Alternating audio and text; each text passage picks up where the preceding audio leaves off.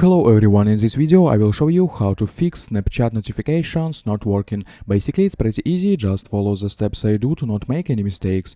So if your Snapchat notifications don't work, then watch the video to the end and I will tell you a few ways to solve this problem. So first of all, go to the App Store or Google Play and find Snapchat.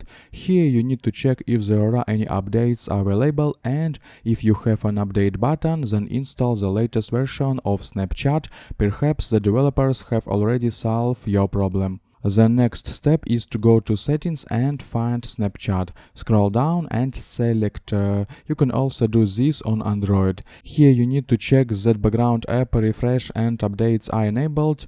Click allow notifications and select which notifications you need below. Next, go back up and select General, then the iPhone storage. We wait for some time until the iPhone downloads your data and select Snapchat. Here you need to click Offload app to delete the old data and then click Upload again.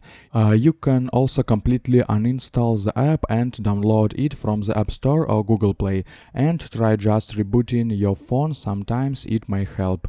The next option is to go to Snapchat, then to your profile, and go to settings on the top right. Scroll down and select Help Center. Scroll down and click Contact Us.